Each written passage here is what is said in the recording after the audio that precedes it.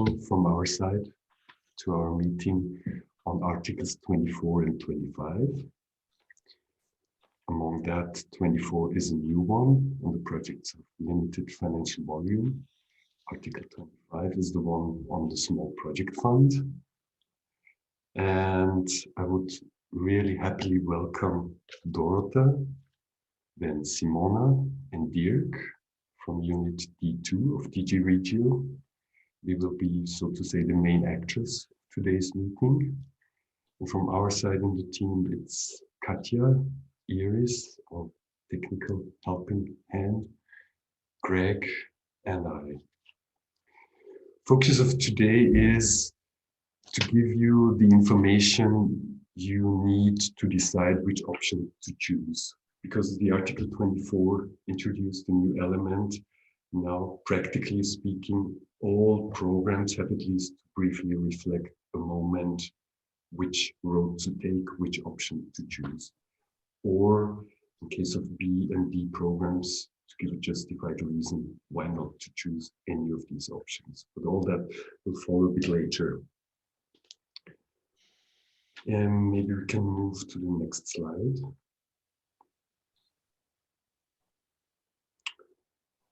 I think we can, yeah, so just for the timing, today we will dedicate time and energy to really discuss, get explanations on Articles 24 and 25.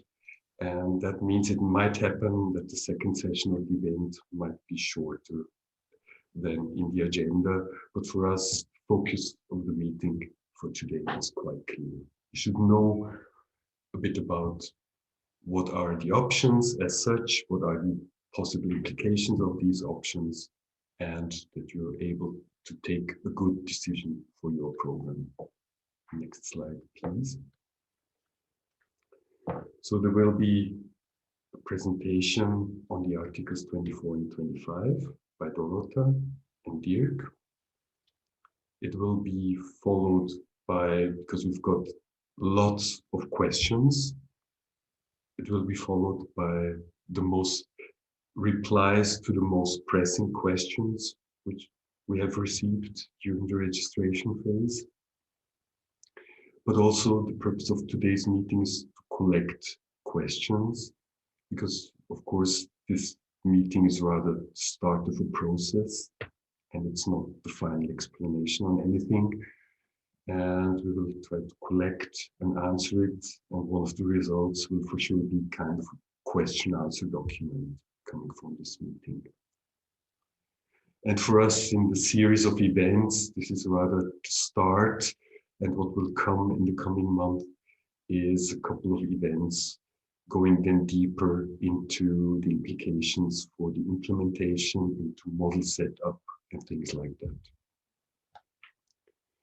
And please, an important issue is also, we want to learn from you with these meetings, what's the support you might need in the coming weeks and months. So please don't hesitate to provide us your ideas in the chat.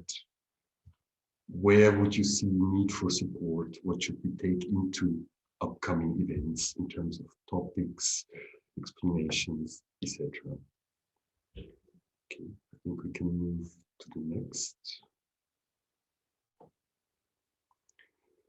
What we did while preparing, or let's say, bluntly speaking, what Greg did, Greg prepared kind of an exhibition in Miro. It's one of these tools, online tools, and it's called an infinite canvas, which maybe describes it best.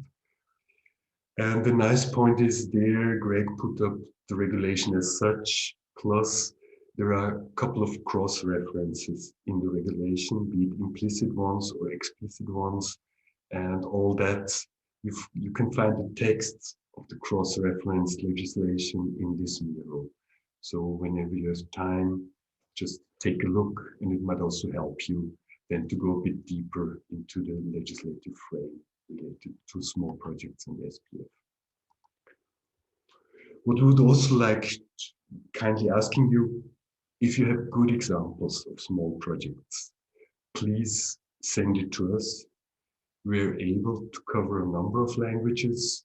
Of course, it's very helpful for us to get it in English, but your brief examples, 1-2 pages, couple of photos, because what we also would like to build up in our small projects community is a bit examples, in particular for those programs which just start to implement small project funds or small scale projects. There it might be really helpful, useful to see what has happened in such projects in other programs. So please, whatever you have, send it over. Next slide, please.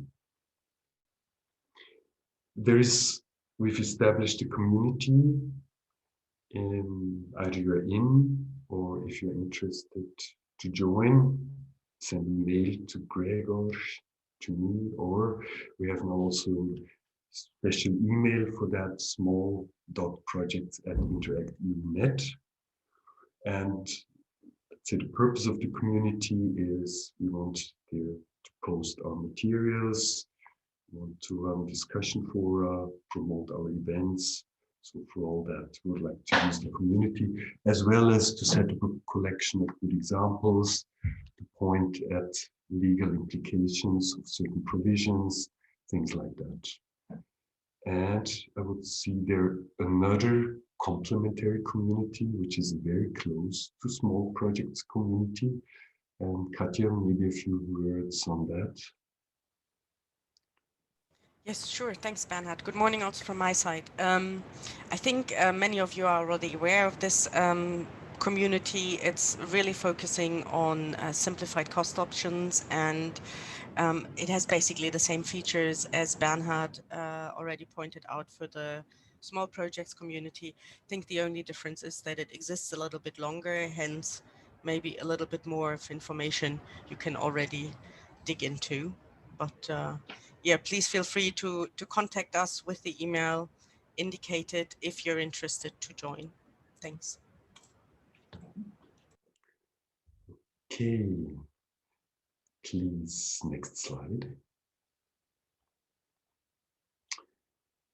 Yes, then just for us, it would be interesting to know we've set up a mentee, and we will come back to the results a bit later.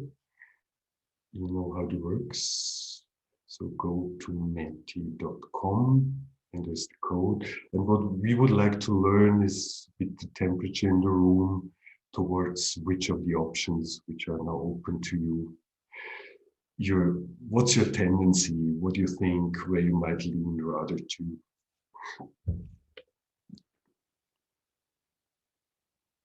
So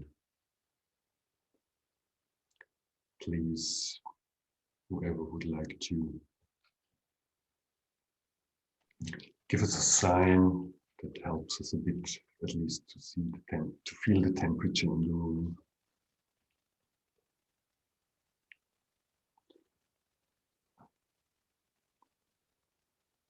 Yeah, while you're typing in, reflecting on it, I mean, what is really nice for us, I recall just that I think it was in 2018, lately, we started having the idea to run something on a small project fund, which led them to a very nice event in Prague, where we first tried to bring together a simplified cost option small project fund.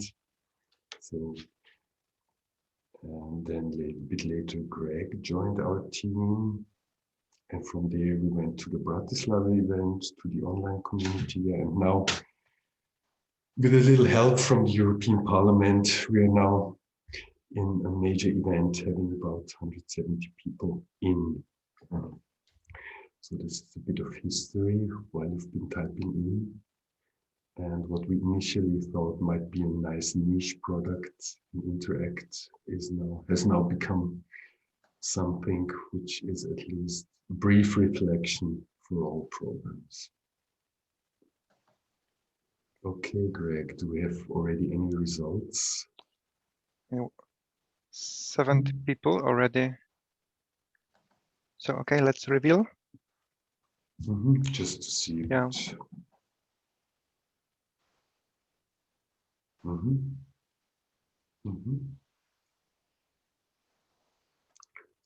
So there seems, at the moment, seems to be a strong tendency towards the direct management of small small scale projects, but also significant number. And interestingly enough, some programs also have a tendency to run both models. So quite, yeah.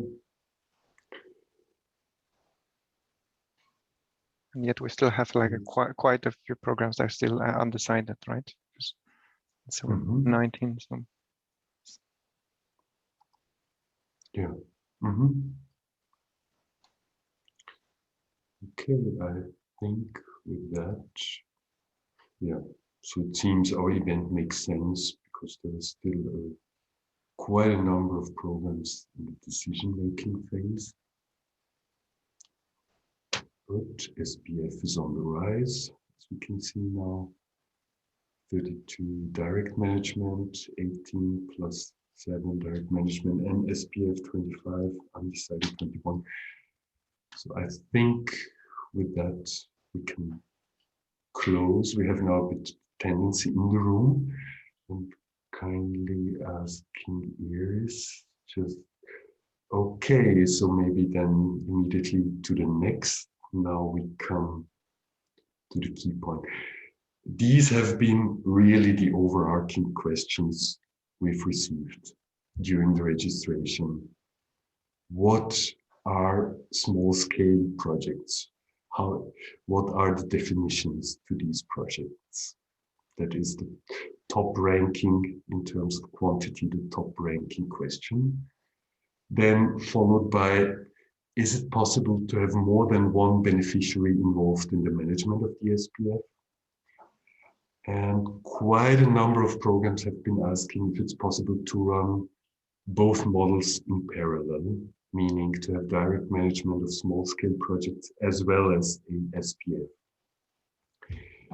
And of course, pressing questions, since programs are now the programming phase is either having its peak or rather coming to its end. It's very crucial for programs to know clearly what is expected to be written in section 6 of the template. And all this is, I would say, the focus of our event. And without much further ado, I would like to pass on to Dorota.